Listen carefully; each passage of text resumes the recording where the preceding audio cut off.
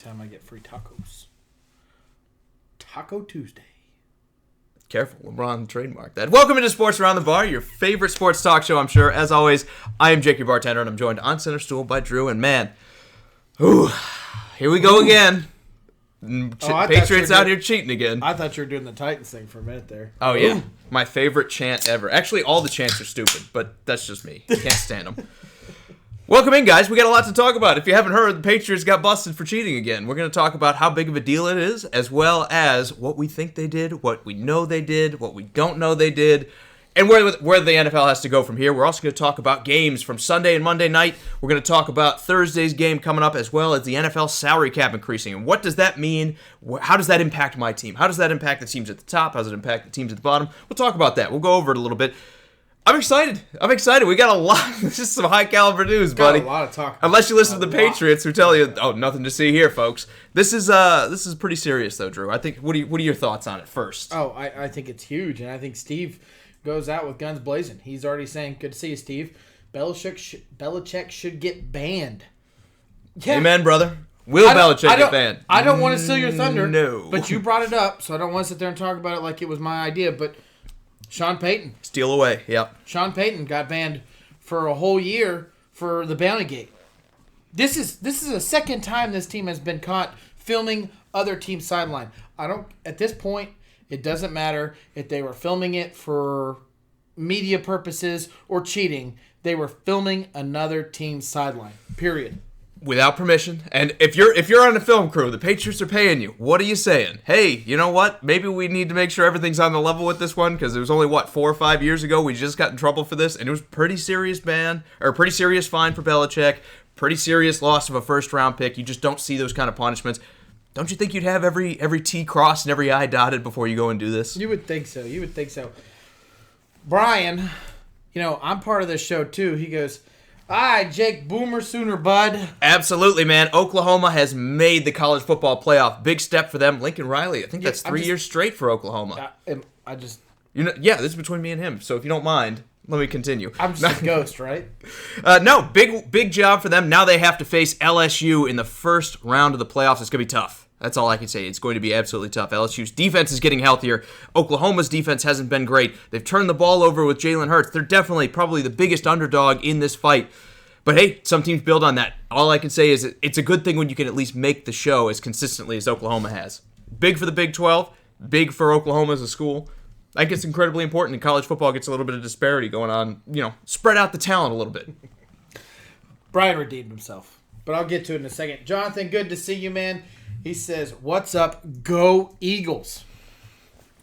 Were you impressed? That was a tough watch, but they won. And they all count the same.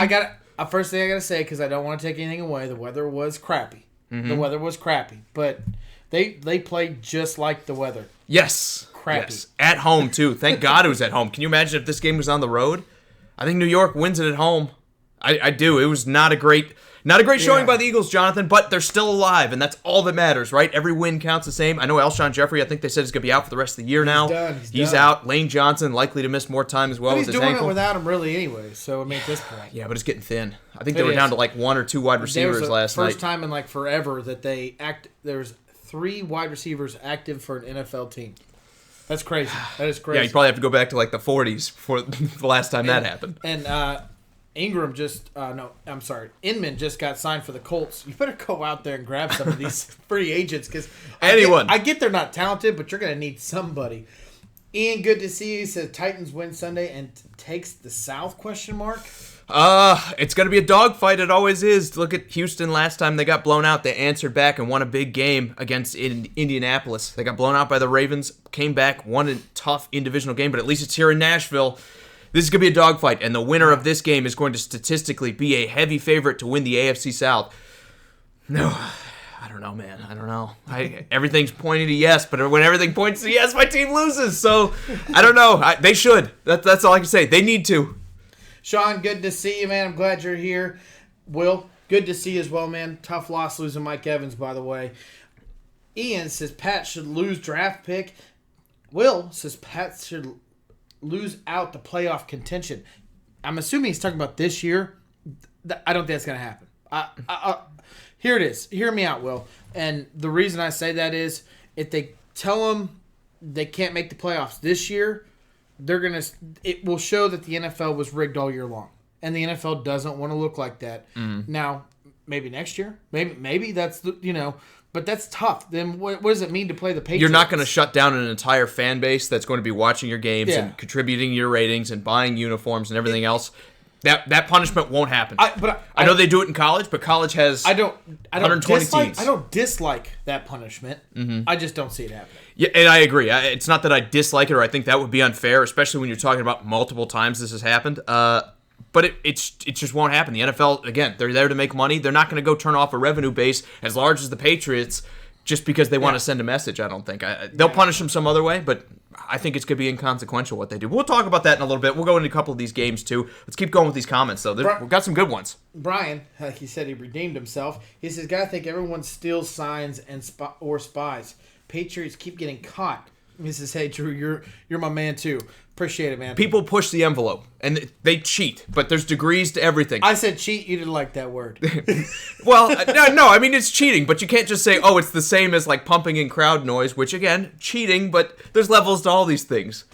The difference between first-degree homicide and vehicular manslaughter, there's a difference. Negligent homicide, first-degree murder, different things. And this is first-degree murder, whereas a lot of these other teams are either committing, I don't even know what the traffic infractions. I'm not sure what the difference is. So yeah, everyone cheats, but does everyone spy and try to steal signs? Maybe with people, but they're not paying video crews to go film and surveil other teams. And this is exactly what the Patriots have done multiple times. I mean, it's exactly what you said. When you've already been caught once, if you're going to do it again, or if you're going to put a camera in another competitor stadium, you definitely go and check every box twice.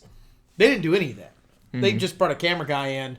Regardless of what they're doing, they posted it up, put it directly towards the Bengals sideline, and filmed for a whole quarter. If that statement is true and holds true, a whole quarter. I know you want to. I know. Go ahead. I know you want to defend it, but a whole quarter, man. You don't think? Okay, let's just say they're like, we're in here. Like, you know what? Let's clip this. Email Belichick. You know what I mean? It's. Well, the worst thing about this, first off, I'm not emailing Belichick anything. If we're using it like they claim, and again, if you're not totally up to speed on this, let's go through the actual scenario. They sent a video crew to the Bengals and Browns game this past week, a team that they're going to play, and this is why it's so important, because they play the Bengals next week. Right. If this was a random team, right. I think this excuse that they came up with, which is, we were filming it for an internal video, like a hype video. Yeah. Showing... Do your job. Yeah, exactly. If that was the case, and this happened to, I don't know, if this happened to Tampa Bay when they played the Colts, I think this is a much less serious thing. If this was the Jets in Miami, again, in division, still serious, but both those teams are realistically out of playoff contention. No, this is the team you need to beat to hang on to your first round bye going into the playoffs. This isn't coincidence. When things are too coincidental, it's not a coincidence, right? That's all I can say. I don't want to get away from these comments, but good to see you, Sonny. But I do want to get into this stuff because it is important. And guys, just hang out. I promise we'll get to your comments. If you have something you say, we'll get to you. I promise. So, first thing is, I heard on the radio as I listened to a lot of sports talk throughout my whole entire day. A lot of fans are going out there, and it's even non-fans of the Patriots. They're like, they don't need to cheat against the 1-12 Bengals. You know, they don't need to cheat against a team that's not winning games. Well, let's not forget, these Bengals with Andy Dalton back in the lineup are playing good ball. Yeah. They didn't win last week, but now they're one of two last games. But they pushed a team that's close to 500. Exactly. And I think the Patriots are concerned. And here's my thing about this whole thing is the Patriots don't want to slip up. And a slip up towards the Bengals would be huge. Especially because you've lost to the Chiefs, who are on your heels for this. You've already lost the Ravens, who are out in front of you. You've lost to Houston. All these teams, realistically, could take your first round bye away from you because they have the tiebreaker against you. They won the heads up. Yeah. So, yeah, every game matters to them. And everyone says they're not going to do it against the Bengals. I think they're going to do it against everybody. Yeah. They're going to do it on everybody out there. I think they're fortunate that they got caught here because now they have the excuse of, well, there's the 1-12 Bengals, right? Right. Nobody's worried about them. Right. Surely not.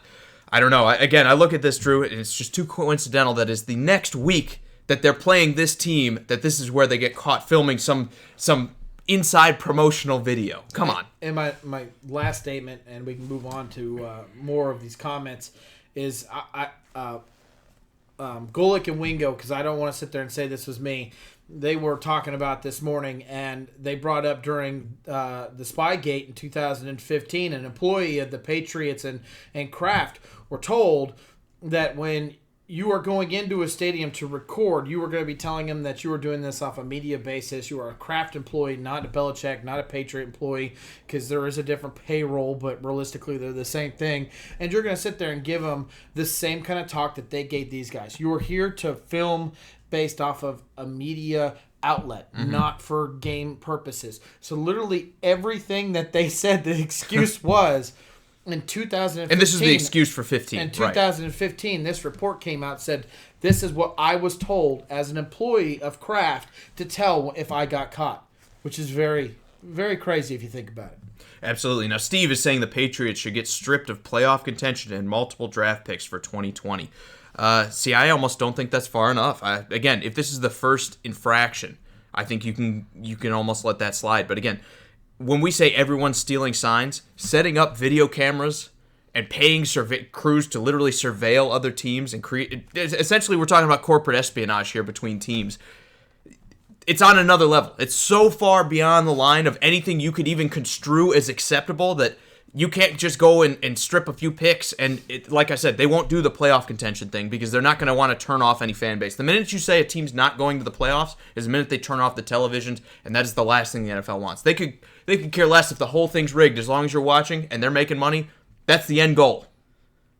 WWE does it. I mean, I don't know if I'm not saying they want that to happen, but at the end of the day, they're there to make money. The whole point is if people will. It's a business, Drew. They say that all the time. It's a business. And what do businesses do? They make money. I actually really like that punishment. It's just not going to happen. Right. Because you're 100% right. Because it all said and done, it's all about the dollar. It's all about what you make. And regardless if we like it or not. It's like John McClane said. It's always about the money. The Patriots are one of the highest, if not the highest, money makers for the NFL. That's why you see teams like the Chiefs go into Foxborough the last 3 out of 4 years playing them. Mm-hmm. I mean, they make more money where good teams go into the Foxborough and play there. Right. And when you're sitting there saying, regardless of what happens this season, the Patriots cannot win a Super Bowl, they cannot get to the playoffs, that's a lot of money. People stop going to the games. All those tickets wind up on Ticketmaster and everything else, or StubHub, where they're on the secondary market. Nobody wants to go. Nobody wants to watch. So they won't do that because, again, it hurts the pocketbook. The NFL won't do that. I think what they should do, and I'm kind of getting ahead of myself here. I wanted to keep going through this before I talked about it, but I think they need to give Belichick the kiss of death. He's 67 now. You need to say, just like you did with Sean Payton and Bountygate when they had that, this is the second time it happened. I think the first time they should have suspended Belichick for a year. Yeah. This time it should have been either a lifetime or a 3 to 5 year ban. Yeah. They didn't do it the first time. I think what they need to do, instead of stripping a draft pick, instead of fining him, anything else, you need to say, look, at the end of the day, you're in charge of this. I don't care that these are supposedly Kraft employees. You're out. You're out for a year. At the very least, it needs to be a year. I think 2 is more appropriate, but this needs to be at least 1. Here's my biggest thing, too, and I love Belichick's comment. This is the first I heard of it. I was not aware of it. This has nothing to do with football. That's the Hillary Clinton. I don't recall. Let me tell you right now, Belichick is a complete control freak. He is a full-blown, 100% type A personality, which means he knows even the Coke vendors that come in and fill up the Coke machines in that stadium. I'm telling you right now, him to sit there and say that he did not know that there was a film crew in Cincinnati filming, regardless if it was for his team for game planning or not. I'm telling you right now, he knew about it. Yeah, I totally agree with that. He's full of it. I totally agree with that, too. Brian says, wouldn't this be unprecedented, stripping a whole team of playoff contention? As he also said, Belichick might have to resign, too. Yeah, it would be unprecedented, but this is an unprecedented situation. You've never had another team even once been caught stealing signs with video surveillance. Yeah. At least in football. You know, the Astros are being accused of the same thing right now, so I don't know. Maybe Belichick's got friends in Houston, but all I can say is an unprecedented crime needs an unprecedented punishment. They need to go farther than what they've done to say, because obviously the first time it wasn't good enough. And that's what this boils down to. The punishment the first time around was not enough to dissuade the Patriots from doing anything untoward when it comes to surveillance. Even if you're telling me this is for an inside promotional video, and that is the truth, even though I don't believe that for a second. Just do your job. And that's stealing signs. Yes, exactly. Even if that is what you're telling me, you're gonna, again, you've already been convicted of this stuff. It wasn't even that long ago that you got hit with huge penalties because of this. You want to tell me you're not letting everyone know these are why these guys are here and this is what they're doing? The last 5 years now, it's 3 times that they've been caught doing something, cheating in a sense, in these games. Let's get some more of these comments. Real quickly, Michael, Frank, good to see you. Ian says, sad thing is how blatant New England did it. Like they didn't seem to care, or they didn't care. It seems like the Patriots thought the NFL wouldn't do much if they did get caught.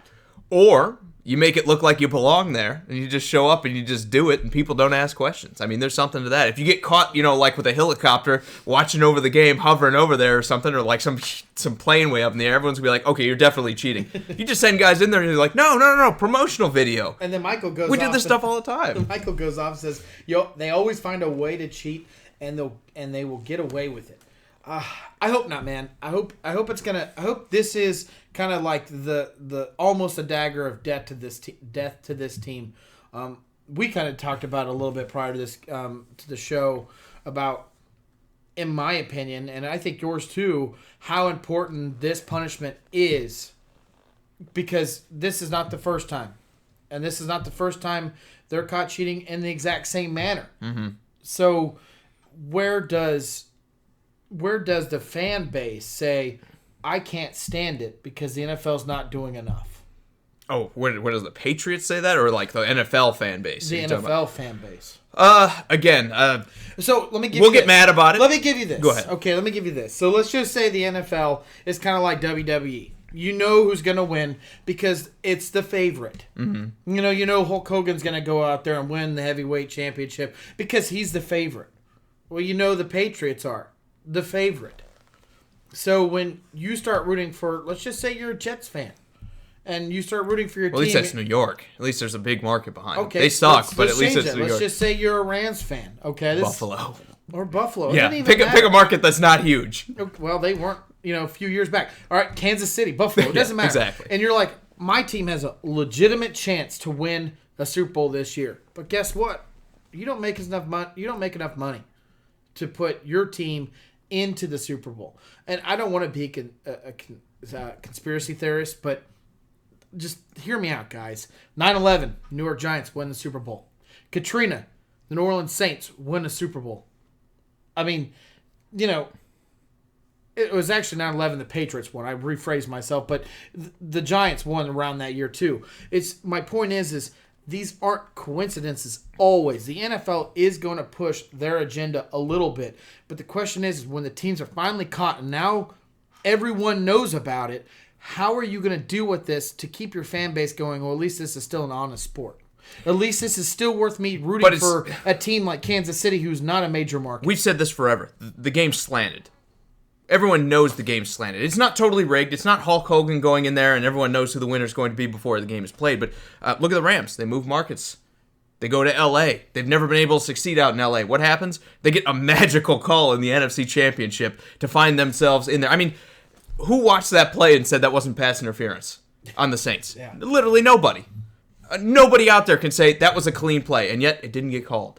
Yeah. Magically. I mean, I get what you're saying. We don't want to be too much of conspiracy theorists, but it is slanted. I think all you have to do is root for a small market team, and you're like, man, every week these refs are killing us. Every week. And I don't want to believe that. But it's the truth. I'm just here to deliver bad news. I don't know. Look, the moral of the story is, yes, they need to come down hard. They need to show that, hey, even though the Patriots are claiming this is innocent, we have to draw the line somewhere and say this is unacceptable. Will that happen? I don't know. I think we're in for another slap of the wrist. Maybe they lose a second or a third round pick. Maybe they lose a first round pick. But I think the NFL is going to accept the excuse of this is for an internal video. Ignore it. Do not question what you see.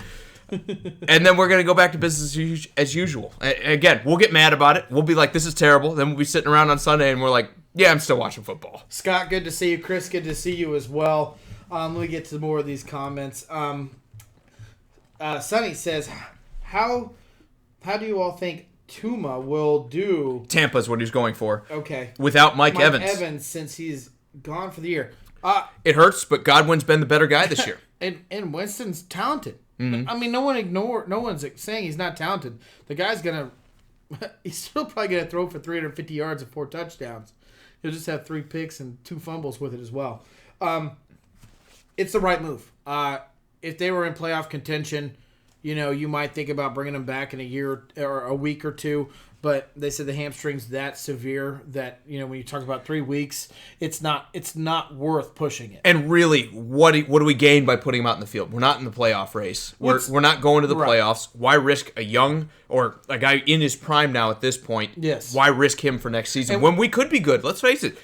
You're a secondary away from having a good defense. Yeah, and what really sucks is he's putting up gaudy numbers. I mean, exactly. He was going to have one of his best years. Absolutely, I totally agree. It does terrible. Suck for Mike Evans, but again, it's the cost versus reward analysis that the Tampa Bay Buccaneers need to do. They're going to look at it and say, we could mess Mike Evans up for the rest of his career if we rush him back, or we could just let him sit out 3 weeks and we'll try it again next year. I think that's more likely to be the case. Will says the Patriots should honestly not be allowed to play in the playoffs. They have been caught cheating several times. What's to say they weren't doing this all season? And that's the argument exactly we've been making. They probably and we've been saying it. Yeah. They probably were. Yeah. and it goes back to the same thing with the Flakegate. Yes, they got caught in the Colts game. And yes, they won that game handily. But they barely escaped the Ravens before that. Who's to say they haven't been cheating before this as well? Just because you get caught 1 week doesn't mean that's when you started doing it. Yeah. They've been working on this promotional video at every stadium for the past who knows how long. So yeah, I'm totally with you on that sense. They're not going to get booted out of the playoffs. That just won't happen. I get what you're saying, and I get how upset you are, and everyone. Look, I hate it too, but let's focus on. Let's be realistic and say what's going to happen. They're not going to boot them out. Even let's be more realistic. Their team doesn't even look that good right now. Even if they get to the playoffs because they play in a crappy division, what does that mean in the playoffs when they play better teams? Sean, please, man, stay with us. Keep all your baseball questions. I promise we'll get to them, man. There's just I can sum it up real quick. Strasburg signed back with Washington. Garrett Cole is the last biggest domino to fall. There are a couple more pitchers out there they could go and get. Well, he also wanted to talk about Didi, and he also wanted to talk about Stanton. If you hold on for us, I promise, man, we will get to it. But I wouldn't be worried. I still think the Yankees have a very good chance to sign Garrett Cole. You're probably looking over $300 million. Just hold on, man. I promise we will get to it. Absolutely. A couple more of these here. Sonny says this is the 3rd time getting caught on something, and something has to be done with the Patriots. And they have been punished. Remember, Tom Brady served a 4-game suspension. They fought like hell to get it cut down to 2. It didn't happen. Yeah. But again, at the end of the day, that's a slap on the wrist when your team's as good as the Patriots are, and the division's as bad as that. And the division's as bad as it is. You're still going to the playoffs. They have Jimmy G behind him. They had Jacoby Brissett behind him. They didn't have a whole lot of worries, even though those guys were still up and coming at the time. Again, almost a slap on the wrist when you talk about manipulating the equipment used on the field in an actual game. That's like juicing baseballs. If you caught it, or using a corked bat in baseball. If you're using a corked bat and you're hitting home runs, the ball's going farther, that absolutely helps you. The punishment should be bad. Will says, why is it okay to date a Patriots fan? Because they don't care if you cheat. Exactly. And Chris says the XFL, he's hyped for it. I know, man, I am too, but I promise. I want to see what we get. I got hyped for the AAF, and it let me down. Maybe I'm jaded, but I'm not ready to talk XFL until it's on my TV, and I actually know what's going to happen. Scott says, the moment you start with complex theories, you are way over Belichick's head. Maybe someone else, but not him. I don't think so. I think he's a genius. Yeah, I think so too. I think he's incredibly smart. And I think he knows that, hey, my team's not so great right now. And he takes the playbook and he manipulates the words in it and cheats. If you listen to Mike Tomlin, he thinks he has the locker room bugged in New England. That's why they had held meetings in like bathrooms and stuff like that. Look, regardless of they don't talk about it because regardless of how bad your division is, you don't own the playoffs the way the Patriots do unless you're a good coach. You just don't. Right. Absolutely, because you're facing great teams, and it helps that you're in Foxborough all the time. It helps everything else, but you don't consistently beat great teams unless you're really good. That is the case. I mean, yes, they are a good team. We're not saying that the Patriots won all those Super Bowls, and man, they were terrible, and the cheating set them over the edge. Yeah. No, they were good teams that needed a little bit of a boost. That extra little push. That pushed the priority of winning over the priority of being honest. Right. And again, especially this year, we're asking, why does this happen? Well, the team's not looking really good. Yeah. I mean, you've already had the rap on the wrist, so what do we do? You're sitting in the back room like, I don't want this dynasty to come to an end. I want to keep winning. Martavius, good to see you, says he finds it funny how Kyle Shanahan lost the playbook before the Falcons played the Patriots in the Super Bowl. It's been a bunch of stuff like that. Yeah, man. The Kansas City Chiefs, their gear being sent to Newark this week. I mean, they could have used this. Patriots sure could have used this win. Anything you could do to create a little bit of havoc on the other side. I don't know. Again, when it's this many coincidences and it's only for one team, at what point are you like, okay, I don't believe in the coincidence anymore? I just don't. Brian, Bill Belichick is the Hillary Clinton of the NFL. Can we just agree on that? Brian, I'm going to leave that comment alone. Except maybe he won't send assassins here. I'm hoping. Brian, I'm going to leave that comment alone, but that's hilarious. If you want to read it, by all means, go for it, but that's hilarious. Very good to see you. Will says the NFL is rigged. Let's not kid ourselves. Nothing will happen to the Patriots either. No, I think if the NFL legitimately looks at the film and goes, okay, this was a whole quarter of them filming the coaches on the sideline, no, there's going to be a punishment. And it will be severe. I honestly, truly believe the NFL will be severe with this punishment because as much as the Patriots make them tons of money, I do think there is a fallout to if you allow teams to cheat and win championships that you're going to lose some minor to mediocre fans. You know, the hardcore fan base might stick around, but the people that are kind of like, I just watch it because it's on. I don't really know if those are the people that, those are the people that make actually a lot of money for the team because they're the people that will go out and buy the napkins because it has the Patriots on it for the Super Bowl because they want to throw a party and host their friends at their house. Like the hardcore fans, like, I just need a TV and a case of beer. Like, you got to be kidding me. Yeah. Ian says, if New England wins the Super Bowl, does this taint the Super Bowl victory? I mean, how much more taint do we need to add into the Patriots equation? I mean, people are already telling me that, I don't believe the Patriots are that good. They just cheat all the time. And this is just like more ammunition for everybody that doesn't like the Patriots. Again, how many coincidences are you willing to put up with before you're going to say that something isn't right here? And that's exactly what this is, right? And Chris hits us with a Jedi mind trick. He says, these are not the Patriot spies that you're looking for. Yeah, so we'll just give him a pass, right? Let's move on to our next topic. I like Perry's comment. He said the NFL was founded by the Mafia, the Rooneys, the Bidwills, the Hollis, and all bookies and horsemen. And Scott said I said taint. Yeah, I did. There's the sweaty taint all over the Patriots, all over the record. How about that? That's all I can say. Jason says, Patriots fans say, why would we tape the Bengals? But what if they'd been caught taping everyone and just now got caught? Exactly, Jason. That's the argument. It was the same thing with Deflategate. They said, why would we need to deflate these footballs? We beat the Colts. It was a blowout. It wasn't a blowout the week before. Were you doing it back then? Exactly. That is the argument everyone will have against him. And it's almost unfortunate, and it's almost a little bit convenient that Spygate comes out. Oh, it's the Jets. The Jets aren't any good. Why would we need to spy on them? It's the Bengals. They're not any good. We beat the Colts by a lot. It seems like every one of these kind of controversies comes out because one of these teams that's at the bottom is like, this is not okay.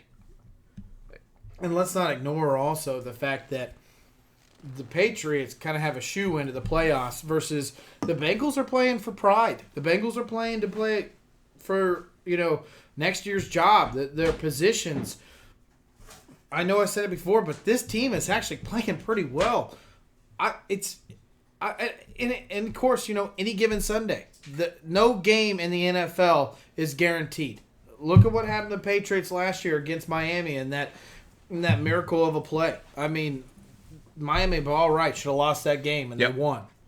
This is a concern, and I don't want to harp on it, but I do want to bring it up. Every team in the NFL pushes the envelope. Yes. Every team. Yeah. No, I totally agree with you. But, again, there's pushing the envelope, and then there's crossing the line, going 3 miles ahead, and then taking a spaceship and going off into space. That's exactly what the Patriots have done. So, George, good to see you, says it's a vicious cycle. He said, we always come back for Precisely. more And we were talking about it before. You're like, Yeah. is this what breaks the NFL fans back? You're talking about some of your other fans that you talk to that say, you know what? Why am I watching? The Patriots are cheating all the time. They're winning all these games, and the NFL's letting them get away with it. Why am I watching if this is rigged? But we've said that forever. And we're again, Sunday rolls around, you're like, I don't want to mow the lawn. I don't want to go around and do chores around my house. I want to watch football. I want to drink. Playoffs happen. The Chiefs are in it, and I'm like, I know they're going to lose, but I want to watch it. Yeah, exactly. So I'm 100% with you, George. It's a great point.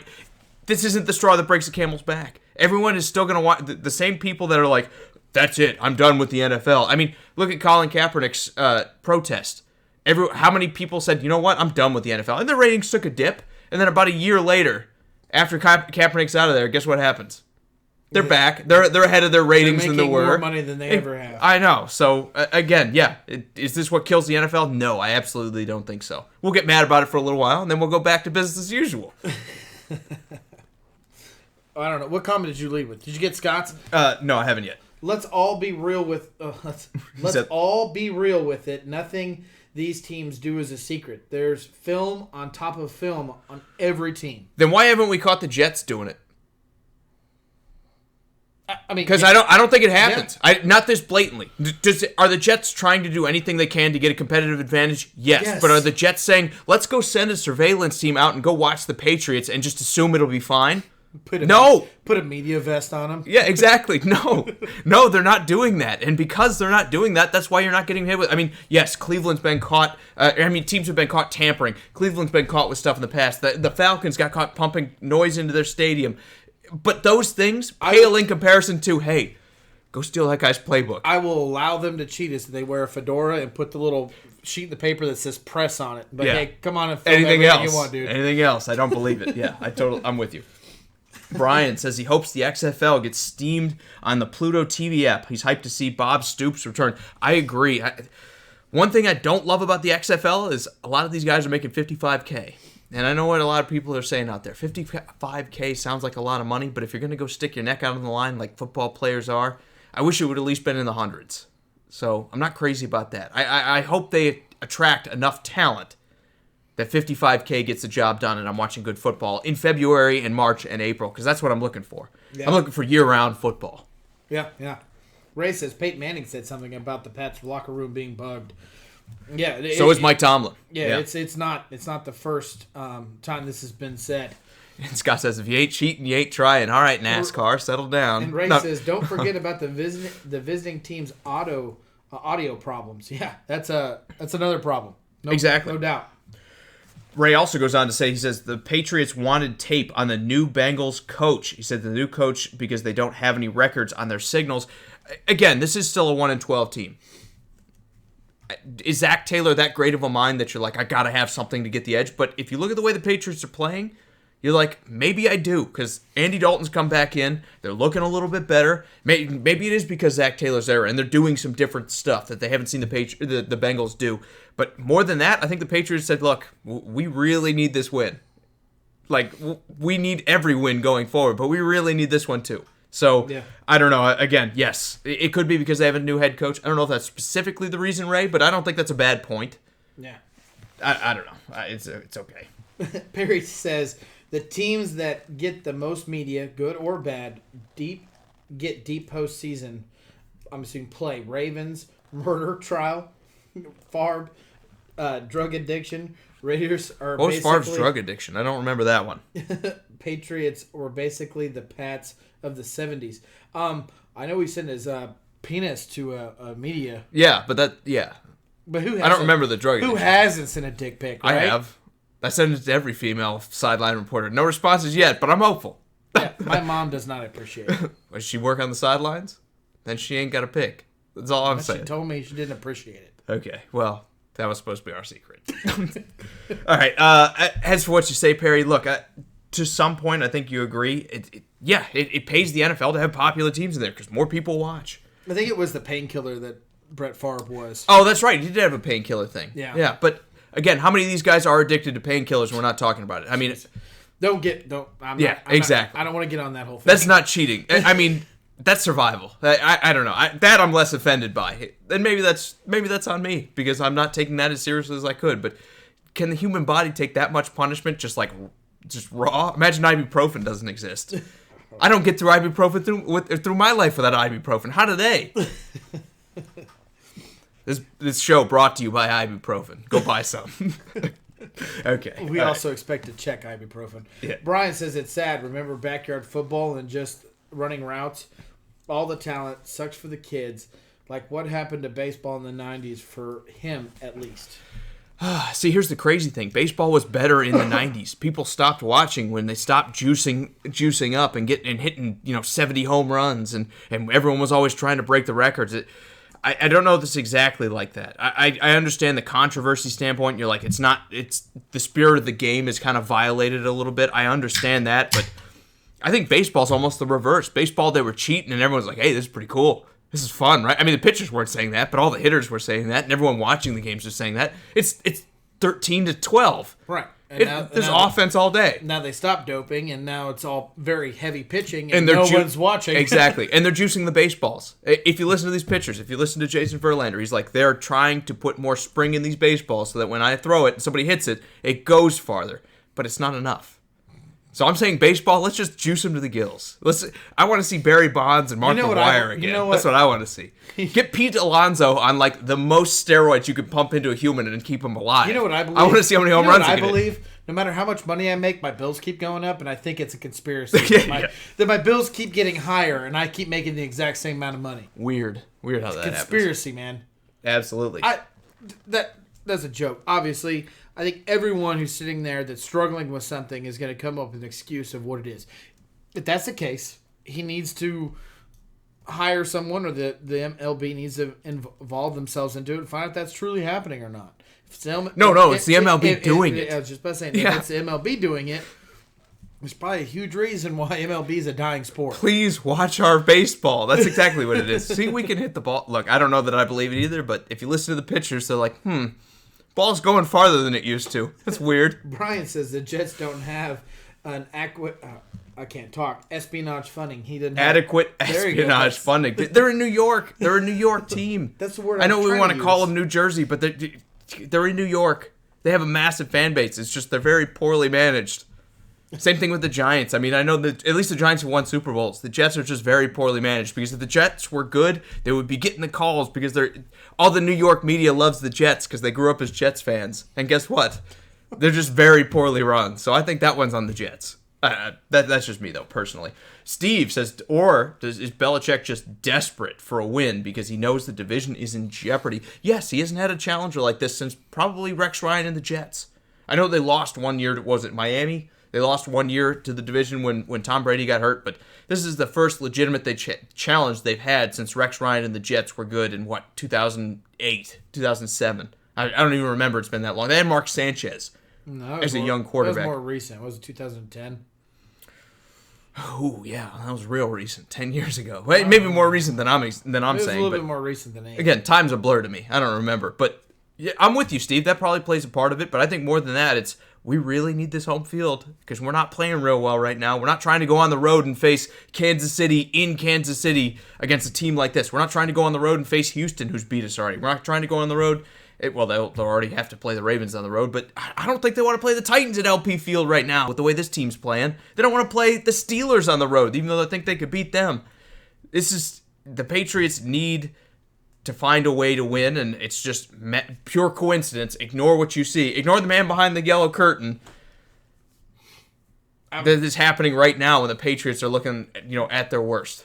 I'm just cracking up at the comments. Scott says, oh my God, I don't even know why I'm saying this. North Dallas 40 in here past the Blue Biscuits. No, dude. Oh, man. Frank says, let them all juice. If we're talking about the MLB, yeah. Cheat in baseball. Don't even make it cheating. Put it in the rules. Let's get into baseball. You're allowed 3 steroids. That's it. Let's get into 3 baseball.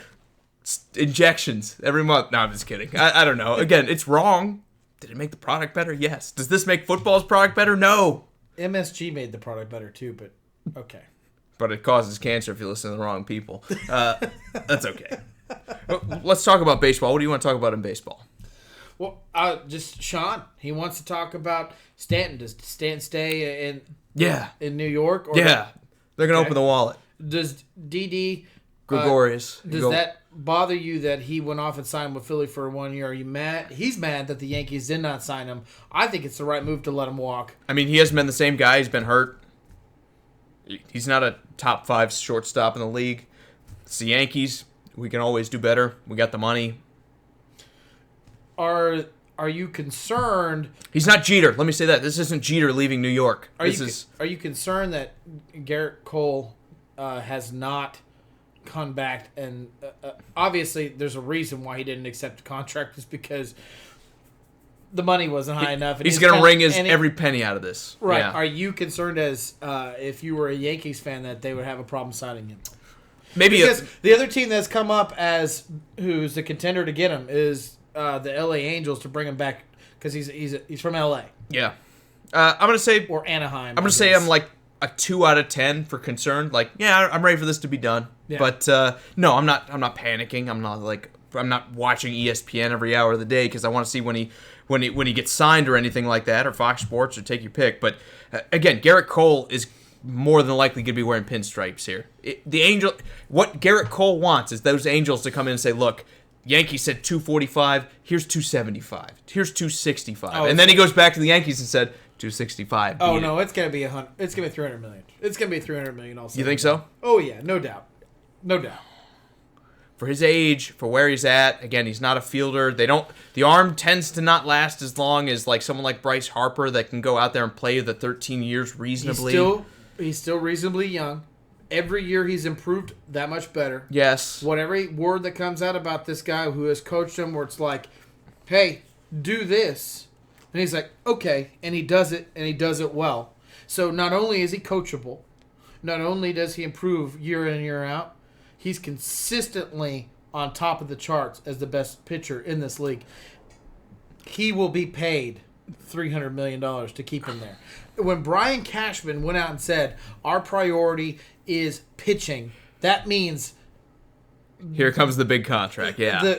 Our priority is Garrett Cole. The giant safe was cracked open in the Yankees organization. They're like, how much do you need? Because the door wasn't open already. Yeah, but sure. We're not the highest paid. Yeah, I know, roster. For the first time in what? That's not the first 30 time. years. It was like, it's been like 5 years that we have not been the highest paid. You've been like third on the charts. The Red Sox outpaced you once when they were like, let's go spend it. And the Dodgers, who are in bankruptcy court all the time because they're overspending, are beating the Yankees. So maybe he hits $300 million. That's all I can say. Maybe he hits there. They beat that 245 offer. As for Garrett Cole, he's going to be wearing pinstripes. I don't know what the number's going to be, but he's going to be wearing pinstripes before next year starts. Yeah, no doubt. Sean also says, do you see Jacob Ellsbury to fill in? Jacoby Ellsbury, but yes. Go ahead. Whatever. and to fill in, I think, for Aaron Hicks. Ellsbury's gone. Aaron Hicks might. I don't know, man. I don't really think either one of those names really hurt anybody. I'm with you. Also, Damien says, we'll switch back over to football here. Damien says, if the Bears don't make the playoffs, do we see Matt Nagy getting fired and the Bears rehiring Ron Rivera, and does Cam Newton come with him? Damien, couple things to break down here. I think Nagy's already saved his job. You've made 7-6. If you were in the AFC, you're in the playoff race. That's the moral of the story. Yes, has it been pretty football? Okay. No, it is not. Before you finish your statement, Lovie Smith was 10-6 and missed the playoffs. But like 12 times, Lovie Smith was like not good enough. His job. Okay, I'm just throwing that out there. Yeah, keep going. No, I mean you're right. Lovie Smith did. That's the same organization. But remember, same ownership. Yes. But Lovie Smith did it like 3 or 4 years in a row where they were like, we should be great, and we're not quite great. And that was the thing with Lovie Smith. He took him to a Super Bowl. I know. And the expectation was up there. Like, hey, we're a Super Bowl team. And they always came in just a little bit under that with Lovie Smith. That's why they booted him. Matt Nagy's in his second year. They're not going to the Bears are not that aggressive that I think they fire Matt Nagy, who's probably going to have a winning season this year, or at the very least going to finish somewhere, 7-9. They've already got 7 wins. If they lose out, they'll be 7-9. I think the Bears probably get one more. Because, they play they play 2 division games, maybe 3 at the end of this season. I know they have at least 2 of them. I think they play Vikings and Packers again. I think they play the Lions twice. Look, I feel like Matt Nagy's safe. I feel like all three are division games for some reason. It might be. You have the schedule. Like I said, it's not in front of us. Yeah, but I think Matt Nagy's safe. Damien, to answer your question, I wouldn't hate it if they signed Ron Rivera or anything else, but I think Matt Nagy is safer than people are realizing, and they're just going to chalk it up to, hey, it wasn't our year.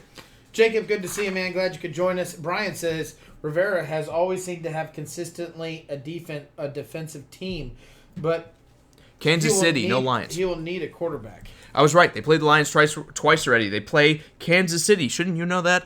They play Kansas City here in 2 weeks. Green Bay, Kansas City, Vikings. So maybe 7-9 is realistic. I already marked it off as a win, man. Yeah, I was going to say, maybe 7-9 is realistic for the Bears. But here's what you're going to say. I talk about all NFL teams. It is so hard to keep up my own darn team.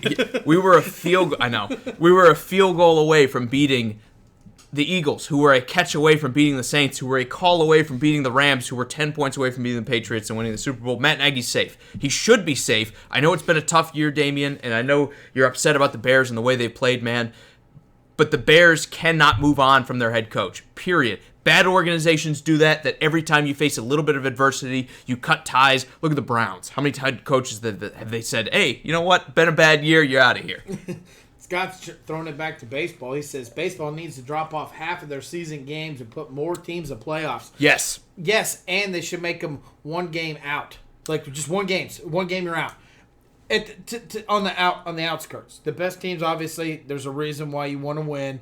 Those teams are on the cusp. Make it one game and out. You got to play your best pitcher, which means it kind of has to you got to give time for your pitcher to get rested to play that one playoff game, which also means those last minute games or the last season games where you're trying to make a playoff spot matter just as much, which means you have to have a deeper roster in your bullpen. I mean, it creates a lot of controversy. A lot of interesting stuff in baseball. Yeah, but that's what they don't want. They want to keep the purity of the game. That's the biggest issue. And they've done cost analysis, I'm sure. They're saying we make more having 162 games and having our stands with 300 people in there than we do, playing 45 games or 48 games or 42 games or whatever and only having it full. So there's a reason baseball still runs 162 games because that's where they think they're making the money. And they want it to be the long-term statistics. I think I've said it before, there's too much old blood in control of baseball. So my question to you is, because they don't sell out every season. they don't get close. So if you play it Tuesday at 2 o'clock, nobody's going to that. If the games are split in half and people are like, well, every year I want to go see a baseball game. I mean, do they start getting closer to selling out? Well, it increases for sure. Look at basketball. So basketball and hockey play both. As this sounds, would that not somewhat increase the value of their game? At the very least, the way they looked at it and said, we would rather have fewer people and more games because we can probably sell it for more TV rights. Because bars and everyone else needs to have something on 24/7, and we can do that. Don't do back-to-back games. Give them a rest. Jesus. It's like you play 2 games in one night. The game goes on till 3 o'clock in the morning. I can't even watch that. I got to work the next day. I know. Well, I'm with you. They need to speed the game up.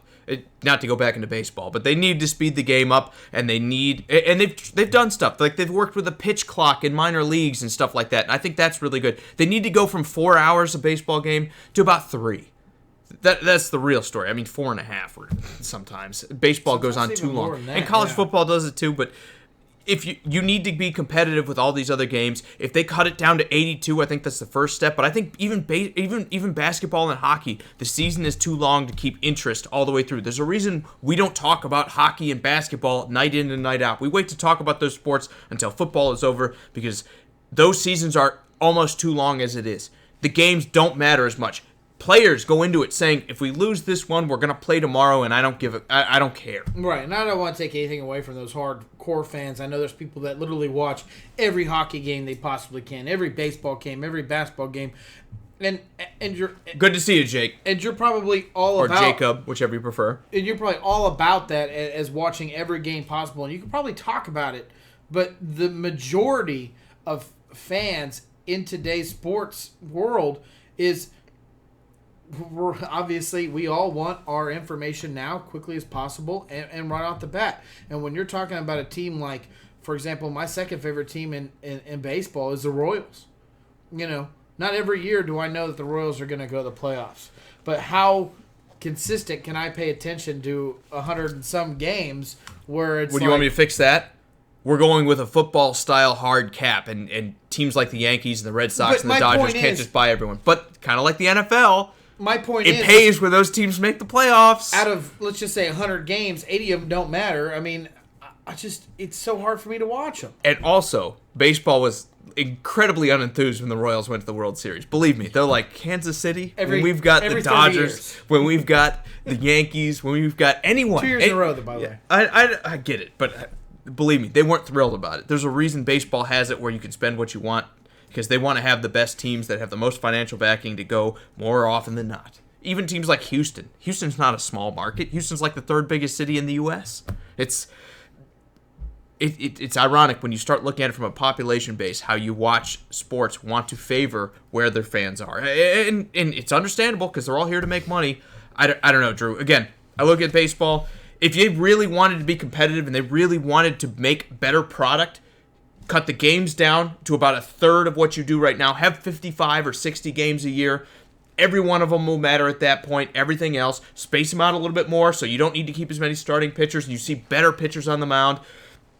Start getting a little bit more offense, figure out what needs to happen for that to happen. I was joking about the steroids. Obviously, I don't want someone to have to go through that to be good at their trade. But figure it out. Whether you move the mound back a little bit, like 2 feet, 3 feet, figure out what it takes. They've already tried lowering the mound, everything else. And then they also need to find a way to keep things competitive on a salary cap basis. So I'm not the Indians. And every time I have a good player, the Yankees say, yoink, he's ours now. That's the long and the short. Scott says baseball is a good model in 1920, but not 2020, not so good. Too many other things we can be doing with our time. Again, 1920, what else you got going on? I was either churning butter or going to the baseball game. Now, I've got my smartphone in front of me. I literally have the summation of human intelligence in front of me. I can go watch TV. I can go watch anything else I want. I'm not going to go sit down and watch a 4.5-hour baseball game. Brian says it's all about those I will, but most people won't. Brian says it's all about those outdoor hockey games for him. Snowy ones, the hits. They aren't marketing hockey right.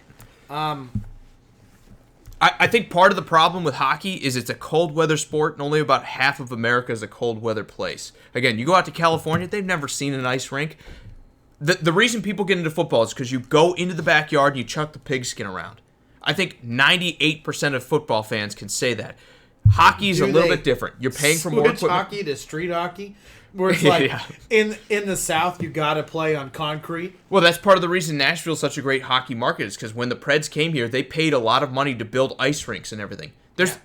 Where we live, you don't get enough ice. You're not going out to the pond like when I lived in Buffalo and skating on the pond. Yeah, you're not doing that because you fall through the quarter-inch of ice that's there. Not the frosting of ice. It's supposed to get like 28 degrees tonight, and it snowed pretty much the majority of the day, and we have 0 snow on the ground. And we're like, oh my god, like how are we surviving all this? I don't know. I'm not like that. I'm from Colorado, but yeah. But we are. Like I'm saying, we as a collective, like the group in Nashville, everybody. The Southerns of Tennessee, they're freaking out. I'm gonna die because it's below 32 degrees. That's hockey's problem. Half the country has no experience with what it is to glide on ice and really just to play the game. I think that's the biggest thing. Let's get back to football. JP, good to see you. He says it's not the right time to do it. Talking about Nagy, he says Nagy has done enough to give patience to the team. Weren't we just in the playoffs? It's a cutthroat sport. It's 7. Right we now, have a winning record, and we were just in the playoffs. And yes, we're not going to make it. You're not seeing progression along the team. That's the issue. And to be honest, it's not a significant injury. Mack is still playing. Trubisky's still playing. Allen Robinson's still playing. You're not the heartbeat of the offense. You're not seeing. Love you, A-Rob. Jesus, man crush, guys. Allen Robinson right here. Everyone gives me a hard time about Tyler Lockett. At least I pick a better player. Let to be fair. Statistically, a better player. You're on crack. So Mac. Does he statistically have the better quarterback? Look at who he's doing it with. Yeah. I'm sorry. Argument 1. I know, we're done. Continue, I'm sorry please. Back to the Matt Nagy thing. Receivers, all right? Crappy receivers. He's played with Blake Bortles. That's played his fault. No, it's not. Well, Trubisky thinks it's his fault. You can't choose where you're drafted. You can say, hey, I'm not signing a contract. Hey, I'm not sticking around there. Yeah, and then you turn into Michael Crabtree. How will that turn out for him? He still played for the 49ers. I don't know. He played for Raiders, Broncos, afterward. Niners, yeah. Ravens, whose fault is that? Ravens. Who else did he play for? Well, he wasn't a Bronco. Yes, he was. No, remember the Broncos gave him hell. Akeem Oh, no, Talib that's gave right. him He hell. ripped him off. Yeah, that was my bad. Yeah, ripped the chain off of him. That was Sherman. But, yeah, the Broncos gave him hell, too. Yeah, that's right. He was in Oakland. Yeah. Yeah, whatever. He played for a while. All right, we'll move on. Going to the Matt Nagy thing again. You're 7-6. Are we overreacting as Bears fans? Are the Bears fans overreacting? Yeah, I know it hasn't been pretty, and I know last year we kind of were promised that we're going to be the best team in football. But Ian wants to call you out. He says, growing up in L.A., he had 5 ice rings around him. Now just 1. So they did know what that was, by the way. Well, the LA has the Kings. Can Portland relate to that? Can Anaheim relate to that? And Anaheim's right next to LA. It's not that far. Can all these kids in Anaheim say they know what it is to go to an ice rink? Never seen Sacramento. I've never seen snow before. I'm just saying it's all dependent on where you are, and a lot of these places in the U.S., Texas, all the South, all the like most of the Midwest, or well, not the Midwest, I mean, but like most of like the West Coast and everything, like New Mexico, Arizona, they don't have ice rinks on every corner. Those are deserts. Well, exactly, and that's part of it. So you're asking, why is it not that huge in the U.S.? The reason hockey doesn't take off is because you can't go out there and play it. And I know people play street hockey. I don't know about Arizona, but New Mexico actually gets some snow every now and then. They know snow. They get enough ice to go skate out on the local pond? No, there's not enough water. Yeah, exactly. There's no ponds. So it's just the water. What's a pond? Don't know. We don't even have retention ditches. Who needs them? Yeah, so again, I think hockey's problem is that's what they drink because they have to play on ice. People can't relate to it. You can go out anywhere that you want, throw a pigskin around, and you're like, I know what it's like. This is the best example. You go up there, you try to make a circus catch, and you're like, oh, I got it, or oh, I missed it. You can relate to Odell Beckham when he goes up and catches over his back shoulder and somehow comes down to it and everything, because you're like, that was amazing. I have something to relate that to. So you can't do it when Forsberg runs it through his legs a couple times. One of the biggest things about kids growing up and parents trying to allow them to play sports is hockey is one of the most expensive sports to get your kids involved in. So the fact that buying pads and a hockey stick and a puck and a goal, is that what's killing the game, because it doesn't allow kids to grow up around that? Because you got a point. I mean, it was easy to buy a football. Basketball too. It was easy to buy a basketball and a goal. Well, no, goals are crap. But goals were everywhere around where I grew up. But baseball, you can buy a bat and a baseball for $10. And you just need a bat and somewhere and a rock to hit, and you got yourself a game. Mm-hmm. No, I'm with you. I think it's a huge setback for hockey as well. But I think part of it too is just the weather does not kind of help out where it is. That's why you see, even in Europe, all the people coming over are from Russia and Scandinavia and take your pick, Finland, the Netherlands, countries. Places with ice, though, is what I'm saying. I know. They're in climates that kind of give it. You don't see Italian hockey players as often. You don't see Spanish hockey players. It's all about the weather you play in, and I think that's hockey's biggest detractor. The money makes a difference. It hurts like people from like the third world that flock to baseball and flock to basketball and are even playing football and soccer, because again, they're low entry sports. You don't need a lot of gear. You just need a ball and somewhere to kick it or a ball and somewhere to shoot. Brian says one ice rink in Oklahoma City, NBA team, college football country. One ice rink in Oklahoma City. Ray wants to bring it back to football. He says, is OBJ done in Cleveland? Did you see him talking to Jimmy Garoppolo, where he's like, he was whispering something? Jimmy Garoppolo says, bro, we got room for you. Don't worry. Just come on over. That was caught. I'm telling you, OBJ is planning his way out of Cleveland. And the rumor is he's been saying that to every team he's played. Cody says, Portland knows about hockey. I'm not so sure, but I get you. Good to see you, Cody. Let's get into our next, our next part of the show, where we're going to talk about the salary. Let's do the salary cap. I know we've kind of reached into a little bit. We're talking about the increase of money the NFL seeing, the increase of influx of people watching the game. It's creating the salary cap to go up. The rumors right now is the salary is going to go up $10 million plus. Everywhere from 10 to 15, I think is what they said. So it could be anywhere in there. What does this mean for teams low on the end of the totem pole, where the teams are struggling, like the Cleveland Browns, Cincinnati Bengals, what I really meant to say, and teams at the top like the 49ers and the Baltimore Ravens? This absolutely helps the teams at the top, because all of a sudden, whether you're in bad contracts like the 49ers have, or whether you're a team at the top that's spent to the gills and we're loaded with talent, moving the salary cap up this high again helps those teams, because now all of a sudden you're going to have more cap space to bring in that last free agent to get you to the Super Bowl. As for the teams at the bottom, now all of a sudden everyone's going to have money. So when you're trying to go out there and get C.J. Mosley's the Jets, or you're trying to go out there and outspend somebody for a player, they're going to go get more money from good teams. You're going to have to go and spend crazy amounts of money to bring in free agents. I think this absolutely helps all the teams at the top, and it hurts the teams at the bottom that it's increasing this much. It's good for the league long term, but if I'm the Jets and I'm perennially bad, or I'm the Browns normally and I'm perennially bad, this isn't good for me. Yeah. That teams like the Eagles and teams like the Cowboys and teams that need a couple guys to refresh them, or teams like the Patriots and the Chiefs, are going to have more money to throw at players that are going to have to make the decision like, Jets or Chiefs? Chiefs. This absolutely 100% helps the teams at the top that the salary cap is increasing this much. To give you perspective, in 2011, we were talking about the salary cap being $120 million. This year, not even 10 years later, we're talking about crossing $200 million. $80 million increase, almost 40% in, 8-9 years? Yeah. Absolutely incredible. It shows you that the NFL is still thriving for all that we talked about with the Patriots, and are people going to turn it off and everything else. Massive. It doesn't matter. It only grows. The Leviathan only grows. I agree with you, man. Real quickly, I agree. It really benefits the teams at the top. I know I was bringing it back to the Chiefs, but when we're talking about signing Patrick Mahomes a $200 million deal, this is the cap space that they need, because they were struggling this whole offseason about who to keep and who not. We've already spent tons of money on receivers, in my opinion, that are not producing, minus Hill, even though Hill's not really doing well this year either. I'm more talking about Sammy Watkins. We went out there and paid a fortune for this guy, and he's not producing.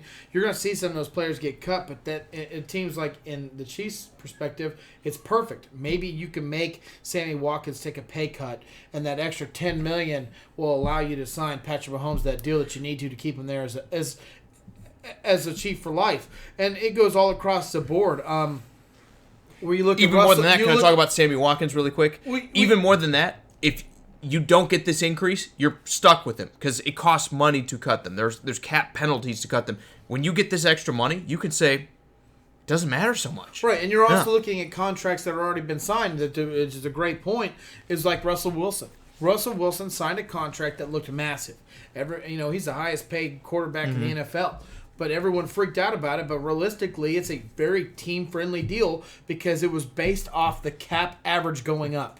Yeah, and it's also why he asked for that. He asked for a percentage of the cap space you have, and he was the first guy to do that. They didn't let him get away with it. Because, again, I credit Russell Wilson for thinking outside the box. Because when you get this $10 million jump, and you're 12, 13, 14% of the team's cap to be their quarterback, that means you're getting a $2 to $3 million raise every year, right, as opposed to whatever your cap would go up anyway.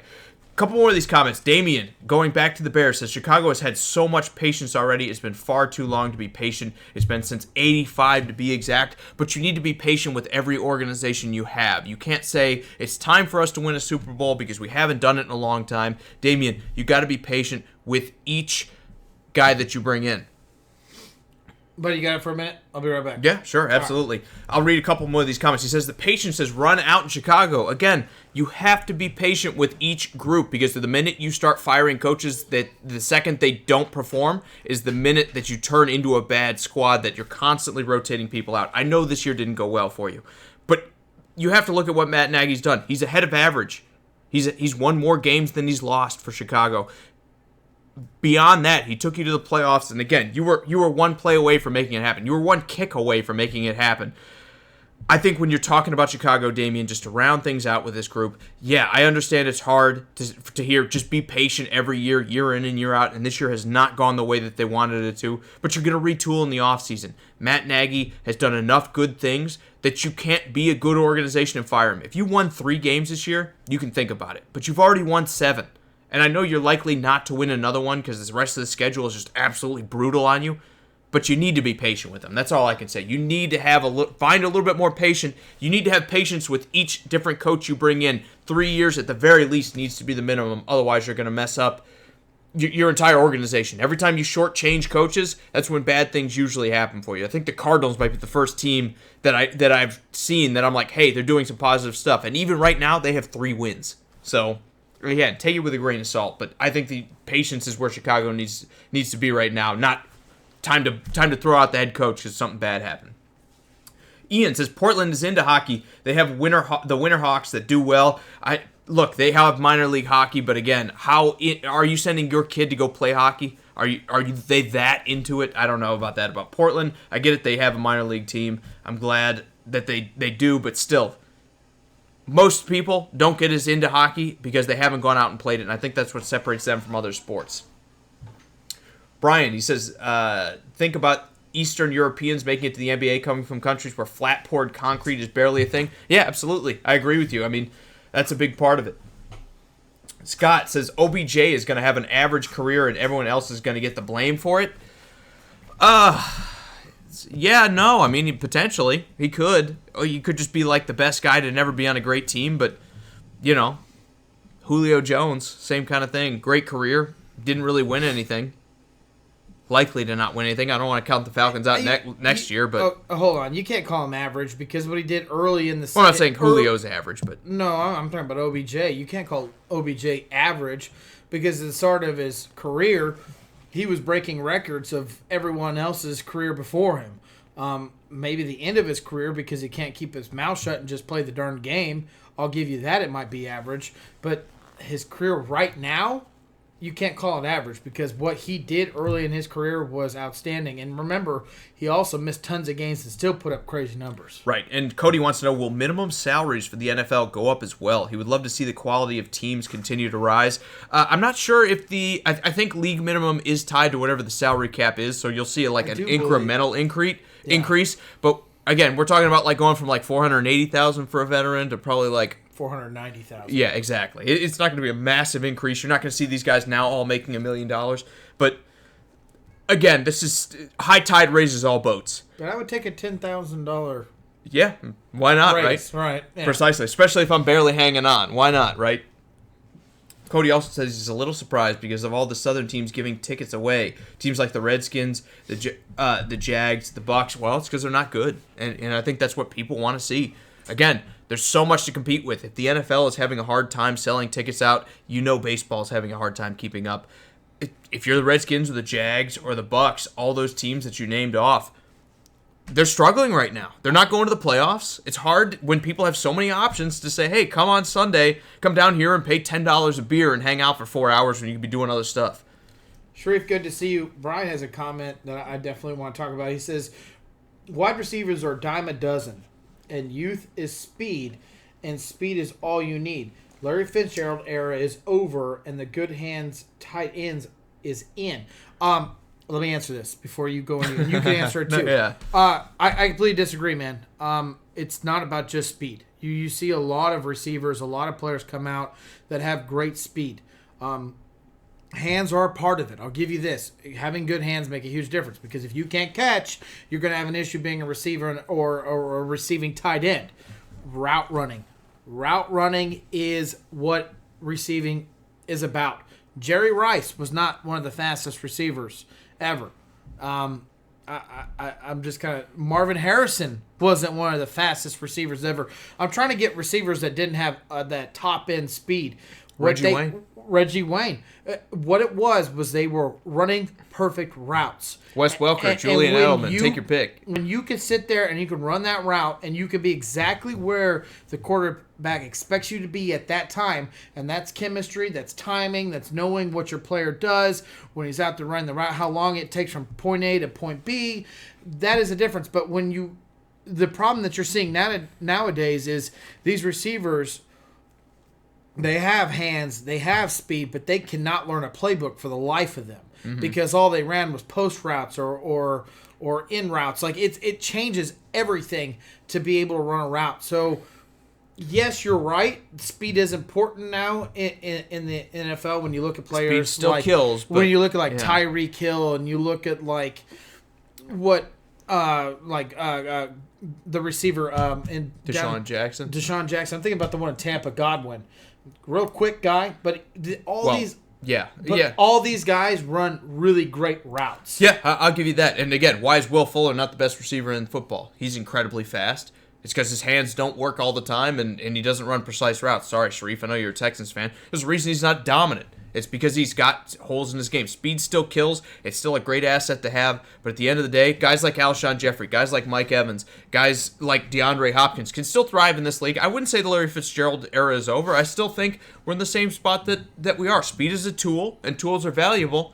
But you got to have more to your game than just I'm fast. John Ross, Mike Evans. best example of that. Mike Evans isn't fast, but John Ross is. Is John Ross a better receiver? No. John Ross can't catch a football to save his life. Yes, Sharif, just like Sammy Watkins. And he says Jerry Rice And Sammy Watkins, yeah. But Jerry Rice ran a 4.6 and a 40. Exactly. And when you talk about... It's not slow, but for a receiver that's slow. When you talk about that now, that's not top-end speed. I mean, some of these guys are running like 4.32s, 4.31. Exactly. Yeah. Exactly. And let's not ignore it. I mean, Jerry Rice was the best receiver of all time. I mean... I'm with you. Statistically, at least. I mean, talent-wise, maybe somebody else. Let me read Sharif's more important comment. He says, sorry I'm late, but the Tennessee Titans are a team that he wouldn't want to see in the playoffs. And I'm actually going to go the reverse of that. I love what the Titans have done. They've been absolutely explosive, but they've also played some subprime defense. How about that? Some teams that have not been absolutely elite. I think when they play Buffalo, it's going to be really interesting to see if this offensive line, which until this week had allowed the most sacks in the NFL. Thank you, Miami, for breaking that record for us. It's going to be interesting to see them match up against a good defense. Because right now, even though Tannehill's playing out of his mind, he's doing it with a terrible offensive line. I'm not so sure where the Titans fall on like the real hierarchy of who you want to play and who you don't. Scott says the difference is some receivers make their teams better. OBJ hasn't really done anything for his team so far. Anyone can grab empty stats. Yes, you're 100% right. But I don't know if OBJ but you qualifies can't say to that. OBJ is an average receiver when he's blowing statistics out of the water. And you also can't say that it's like entirely his fault because, yes, this year didn't work out in Cleveland, but Baker Mayfield's a second-year quarterback. Are we setting the bar too high? He's played with Eli Manning, and you heard me rip Eli Manning week in and week out. I mean, the guy you don't like. Yeah, exactly. Eli Manning is straight booty since he since he won the Super Bowl. I don't know how else to describe it to you, Scott. Look, he's played with Eli Manning and he's played 1 year with Baker Mayfield and a new head coach.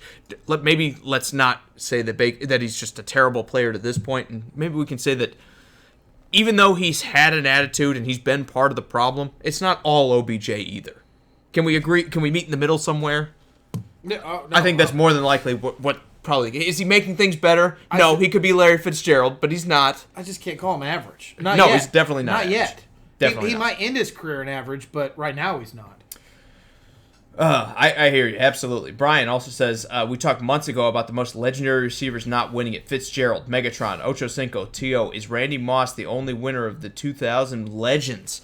Potentially, yes. But again, a lot of high-caliber wide receivers don't win a lot of Super Bowls because... Hold on.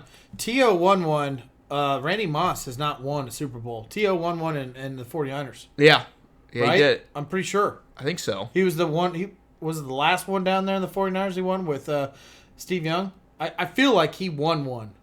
Maybe he didn't. But Randy Moss didn't win one either. My point is, did Randy Moss have the... Well, I don't know. Did Randy Moss have the best career? Would you say that he had a better career than I see someone what like he's saying. T.O.? Is Randy Moss just the winner of legendary receivers that didn't win anything? Okay. I still feel like T.O. won something. Guys, let me know if T.O. won something. I'm not 100% sure. I don't got it in front of me. But out of all that, is Randy Moss the winner of 2000 Legends? Maybe I don't even want to say he's the best because, again, T.O. was pretty great. He's the first one into the Hall of Fame out of that group. Yes. Look, here's what I'll say. At the very least for this comment, again, wide receiver, and this is my point, even you can have amazing wide receivers. Even today, look at some of the great wide receivers in the league. Guys like Mike Evans, guys like DeAndre Hopkins, guys like Julio Jones. Brian, Randy did not win one with the Pats. Remember, they went 20-0, but then lost whatever to this. 19-1, whatever it was in the Giants. Yeah. What was the only other team to beat the Patriots that year? Well, no one beat the Tennessee Titans in the preseason. Oh my God! They were 3-1 in the preseason. No one won. It's important. It's incredibly important stat. It's not important. Very important. Shree says Moss played in. If not for the Giants, we're the only ones in between them and a perfect run all the way through. So Moss said, or Shree said that Moss played 2 Super Bowls but didn't win one. Right.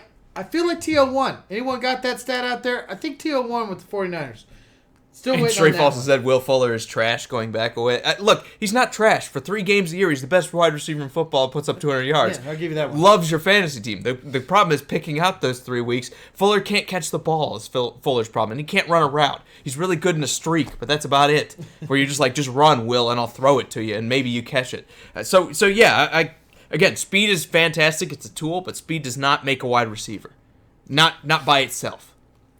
Ray says, what do we all think about the rumors that Urban Meyer coaching the Cowboys and thinking Jerry Jones would back off and let Urban Meyer control? Neither of those things are going to happen. He's already backed down because he's said he doesn't want to have that 100-hour week, number one, and I think you'll probably have to put that in at the Cowboys. Number two, would Urban Meyer open himself up to that kind of criticism? Because the minute things don't go right in Dallas, everyone's out there looking for your head in a silver platter.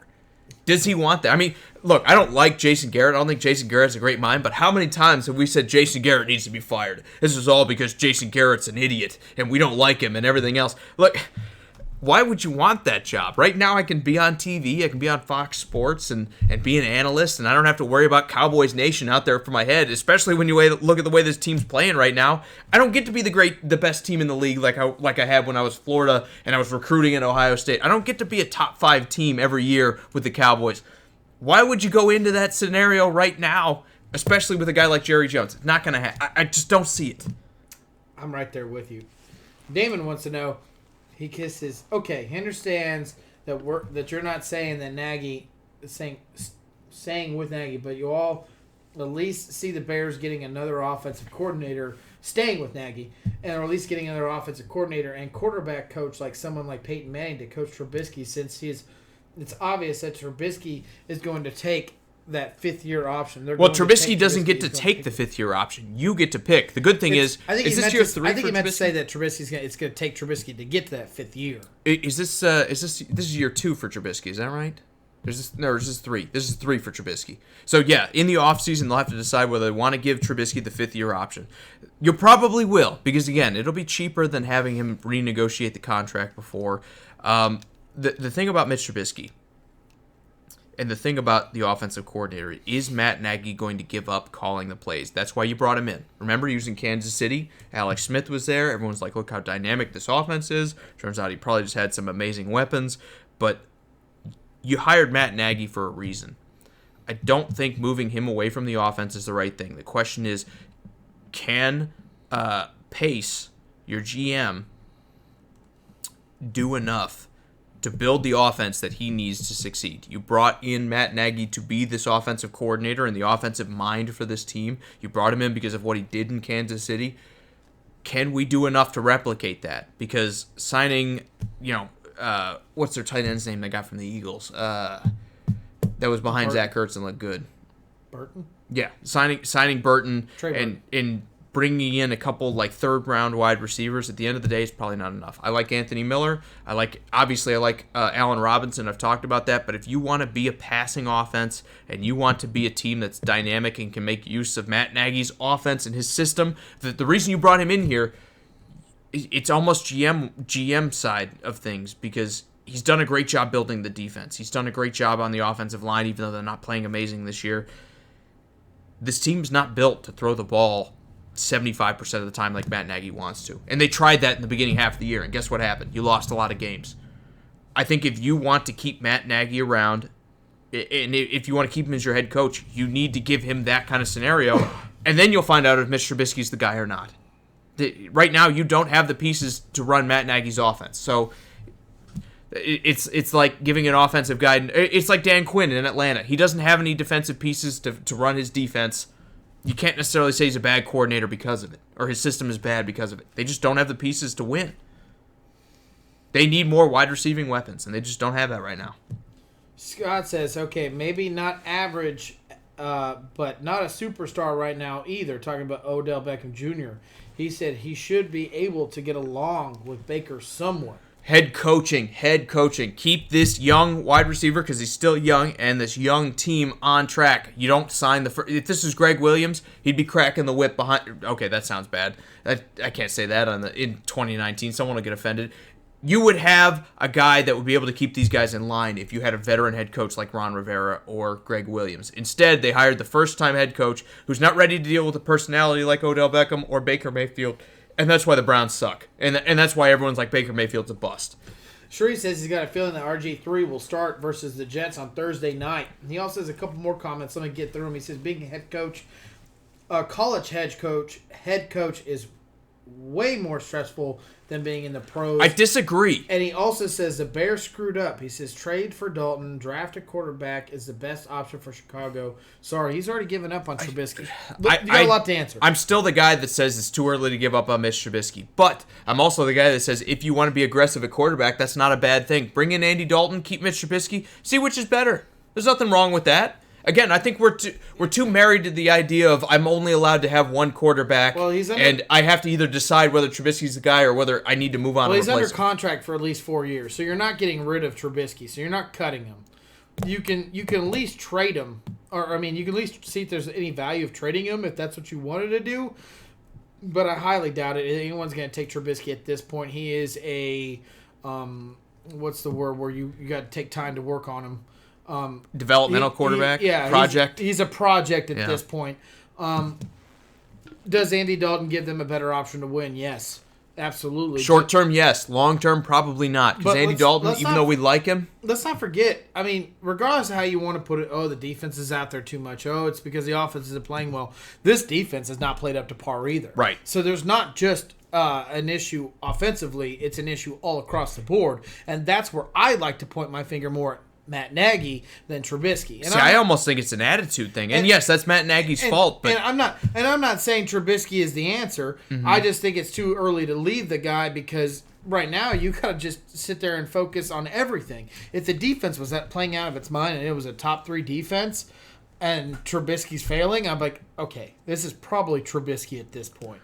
But I think it all falls back into the fact that Matt Nagy is too easy to read defensively going against him when he's playing calls. I think he has to give up offensive play calling to a offensive coordinator that needs to call plays for him. And that's not that Matt Nagy's not an offensive-minded coach. It's just the fact that when you run out of juice, which I feel like he is because he's so spread out across the board, because he's trying to focus the whole entire organization, it's time to bring in someone that can ease that off of him. And to respond to your other comment, it is not more stressful to be a college coach than in the NFL. And the reason I'll say that is because in college, you're essentially getting 15 to 20 first-round picks. If you're at a good organization like Oklahoma or Ohio State, or take your pick, any major, or Alabama, LSU, all these other places, Georgia. If you're a good school, you're getting like 15 of the best players every year, and then you're getting time to develop them. I know everyone's going to say, yeah, you lose 1 game or you lose 2 games and you're out of it. Sure, but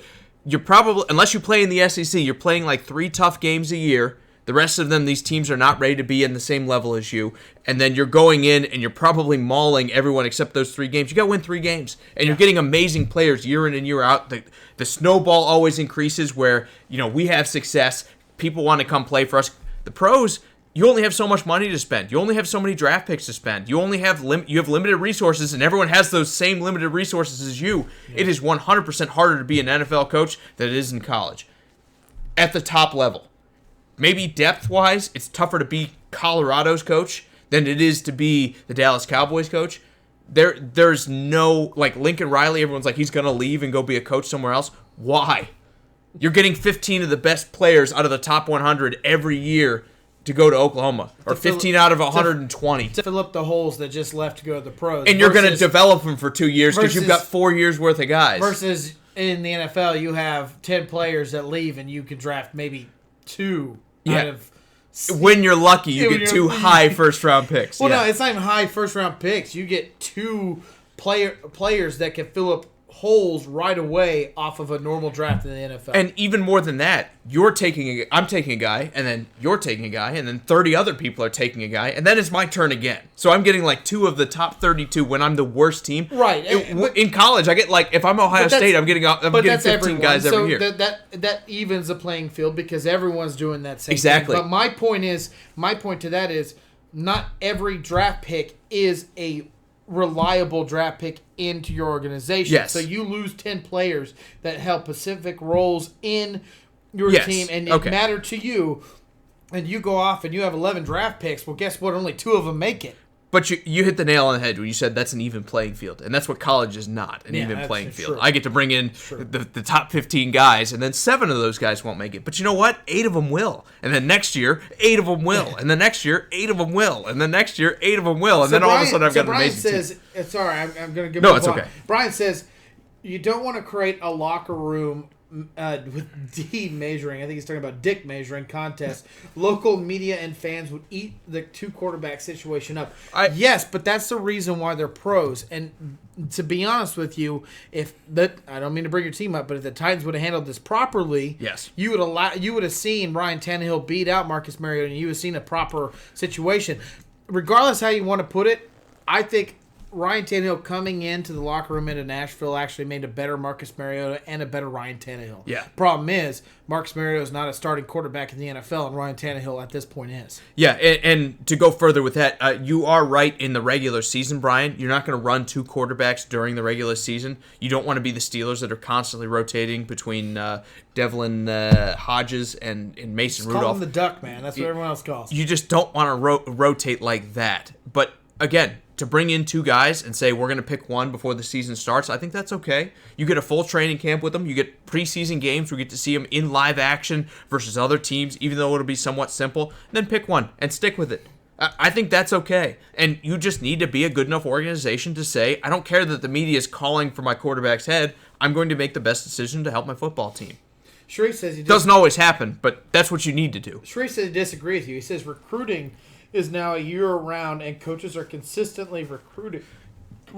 Yeah, but if you're not recruiting, you're scouting in the NFL. If you're not recruiting these players and going and sitting in their living room, you're at the facility for 95 to 100 hours a week, scouting other players, scouting people in the NFL so that you know who to sign for free agents, scouting people coming up in college so you know who to draft. I mean, the NFL level is almost as labor-intensive as college is. Football, to be a head coach at any major level, is a 100-hour-a-week job. I understand what you're coming from, but again, if you have your choice, you would rather be Alabama and get 20 of the best recruits every year and be good every year and have to play, or even in the SEC, have to play 3 or 4 teams in the West that are tough and maybe one from the East, and get to play Murray State and North Texas, and you get those almost bye-week type of games that you know you're blowing them out 66-3. It's bad when you lose them, but when you win 99% of the time, you don't have to go into those games and say, man, you know what?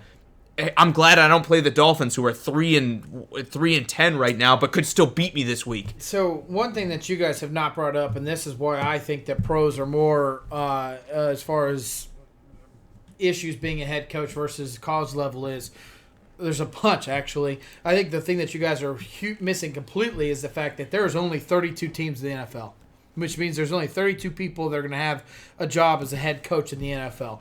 And it is a very cutthroat organization. And if you fail, you are gone. Yeah. 1 year now is pretty much the thing. If you cannot change an organization in 1 year, you are now out as the head coach of that position. Well, we'll see if that sticks. But I know the Cardinals have said that, but we'll see if that forward, sticks. I mean, it's looking like Freddie Zach Kitchens Taylor, at this Freddie point. Kitchens, Let me keep Brian going. Flores. Let me go keep ahead. going. Yeah. Because that's it. There's 32 teams. That's it. There's no other team that you can jump into and still be a head coach. So when you look at the college level, yeah, it's cutthroat. There's no doubt about it. If you can't keep an organization at a high level, you will be definitely moved on. But it's not 1 year. It's usually 2 to 3 years because they're going to allow you to recruit a class in there. Mm-hmm. The NFL doesn't care that Butch you Jones. did a draft. And also, let's just say you do lose a job and you were sitting there coaching in Alabama. Well, guess Lane what? Kiffin. Kansas State might pick you up. Kansas might pick you up. Missouri State might pick you up. There's another head coaching spot for you somewhere because they're going to pay you millions to come coach their organization, their team, and moving forward. Now, if you're talking about the fact that... Perfect example of that, Lane Kiffin. Left Tennessee, went to USC, bombed out in 1 year. UCF signed him, and then all of a sudden they were undefeated. They were getting the recruits, everything else. So, yeah, he failed at USC, and he went to a small program and had a ton of success, and now he's Ole Miss's coach. He's back in the SEC. So if you're talking about just doing recruiting part of it, you cannot sit there and compare recruiting high school players comparing to NFL scouts going into college games and the combine. You can't do the two. There's two different. That's completely different. You're right. The college scouts have to like go to their homes and talk to their family and bring up things like that. But when you talk about NFL scouts, they go all across the country going to all college teams and college games, and they're sitting there putting all the statistics there. And if they don't do that well, they can move on. Talk about how many college scouts bomb on players coming from high school into college level. That's way more of a majority of failing than there is from the pros scouts going from college into the NFL. If you cannot sit there and read talent and move them from a college level to a pro level, you will no longer be a scout in the NFL. And that's Cody's point here. To Cody's point. But my point is to sit there and say that the coaching is more stressful as a college to pro. I completely disagree.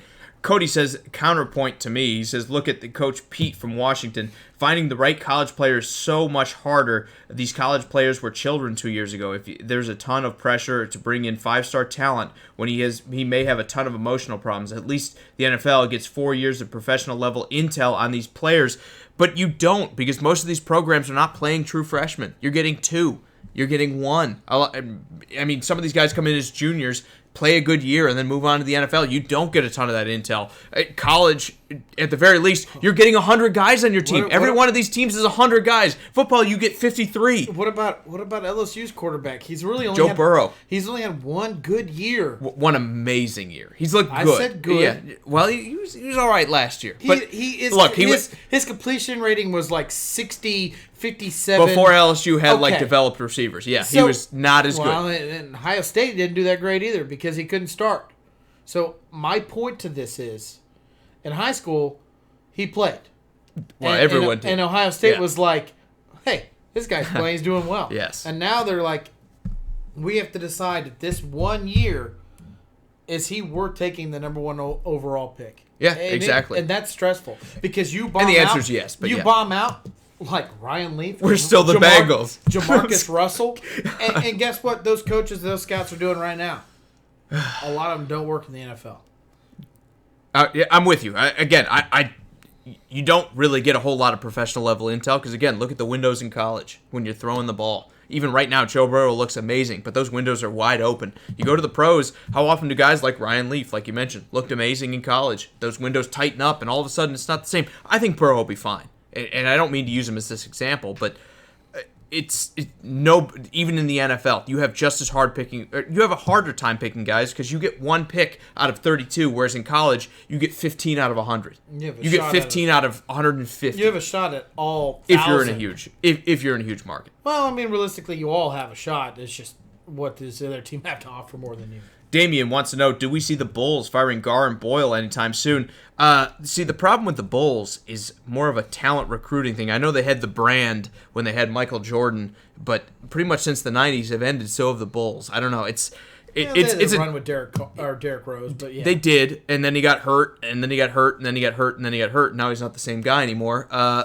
I think the problem with with the Bulls more than anything, I do see them moving on from coaches because that's what you do in professional sports when things aren't working. The problem with basketball is you can have a top 2 pick, top 3 pick, and still not get the best player. You're just waiting for the top level talent to get there. You get 1 guy in Chicago. You get 1 guy. I don't care who it is. You get 1 guy. Things turn around. Look at the Clippers. They didn't have anybody last year. Now they have Paul George and Kawhi Leonard because Kawhi is from LA, which has nothing to do with your team. He's just lived in the area and wanted to play for you. You get Kawhi. He recruits Paul George for you. It's almost not even front management, except unless you're the Knicks. I don't want to say it's like front office problems. I will say it's the Knicks that are front office, but I don't know that the Bulls are struggling because of their front office. They just don't have the guy yet. If you get a Luka Doncic, he will attract other talent. There's a reason they went out and traded for Porzingis because they were like, we have talent, and Porzingis is okay with this now. The Bulls, to succeed, need to find a way to get 1 guy in basketball. You get 1 guy, you bring other guys in. They wanted Jimmy Butler to be that 1 guy. Jimmy Butler's not that guy. Yeah. He's a great number 2 to have on your team because you can win a championship if you have Jimmy Butler, a superstar, and somebody else. Derrick Rose, but then he got hurt, and then they relied on Jimmy. If Derrick Rose never got hurt, Yeah. The Bulls will be They relied back. on Jimmy Butler, and it flopped in their face, and now they're struggling to find that guy again. Cody says, but college coaches work with these guys for 4 to 3 years versus high school coaches just are looking to get them into college. I think there's always a development, regardless if it's high school to college. The thing is we're talking about from college to pros. The only reason I brought up high school is because you can sit there and almost bring up 2 to 3 years of play, and when you're looking at pros going in, they don't really ever really go into high school footage. It's all about college footage. Yeah. Mitch Trubisky played 13 games. Yeah. And they were like, we like his physical ability. We like what he's done. And we'll take him. And they had to make a decision off of 13 games of play. The best way I can sum it up, take a dartboard, blindfold yourself, and throw 100 darts. Or you know what? Throw 15. Let's say it's one draft class. Throw 15 darts. Take your highest score. Then in the NFL, blindfold yourself and throw 1 dart.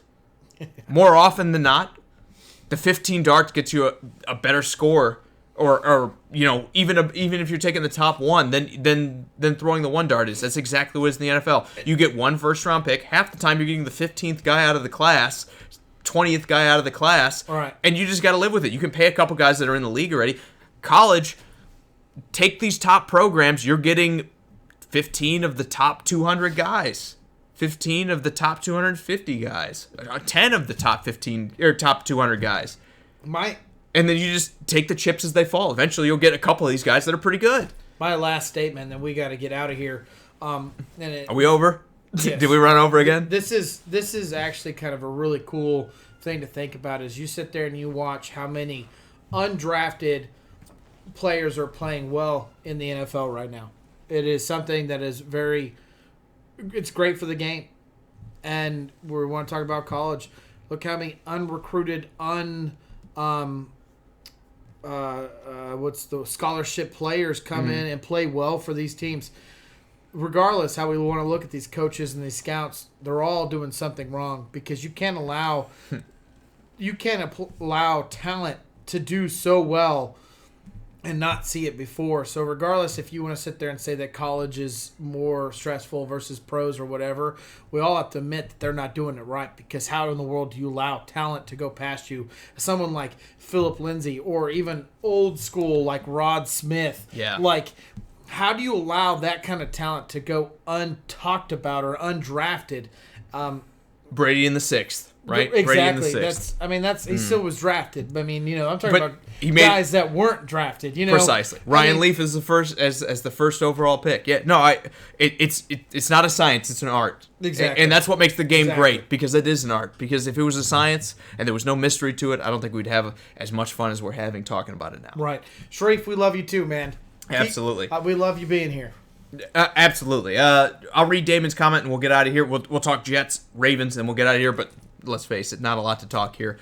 Damon says, speaking of Derrick Rose, Thibodeau he comes back to Chicago and turn the team around? I think he would help. But again, talking about Chicago, man, it's all about the players and it's all about recruiting the one guy. You need someone from that Chicago area that's like, I just love this team and I want to play for him. That's all it takes in the NBA. Get that one guy, get your LeBron James, get your superstar, and he'll drag in the rest of the talent himself. Yeah, you almost don't need a GM at that point. The Bulls don't have that right now. Let's talk Ravens, Jets, and let's get out of here, man. Is anyone taking the Jets here? The only thing I can say positively, just to round this game out before I've even started, but to round this out, the only thing I can say positively about the Jets is they take the run away. They've been one of the best run defenses in the league, even though statistically they're easy to throw on. I think this is a team that, if they frustrate the Ravens' run game, maybe they hang with them for a couple quarters, and then Lamar Jackson lights them up. They're not winning this game. Even with Sharif's thing where he's saying that RG3 is going to start over Lamar Jackson because of that quad injury, I still don't think it makes a huge difference. It sounds like Mark Andrews is going to be able to play. He practiced for the first time this week with an injury. This team, regardless of Lamar Jackson, is a way more talented, better team than the Jets are, even with or without Lamar Jackson. I don't think it makes a huge difference. Ravens. Yes. Ravens. All right. Special thanks. Let's get out of here, guys. Great show. Let me say this. Drew's going to do some special thanks here, but, man, you guys have been with us thick and thin. We've been on for almost 2 hours now, and let me say this. It's been a great show. I do want to feel like we just started. I do want to give a special thanks to everyone that was there at the beginning.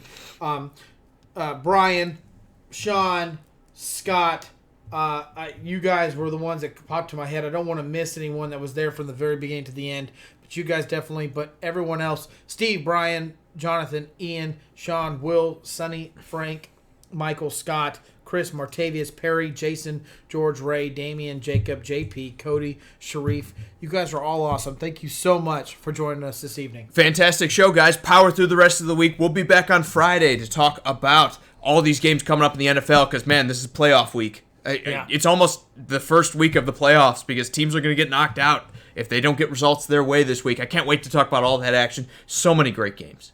So many amazing games coming up here. Yeah.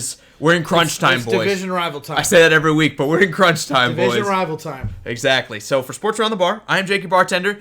This is Drew. We'll be back again, 7:45 Eastern, 6:45 Central, guys. Thank you so much for hanging with us. Can't wait to do it again on Friday. See ya.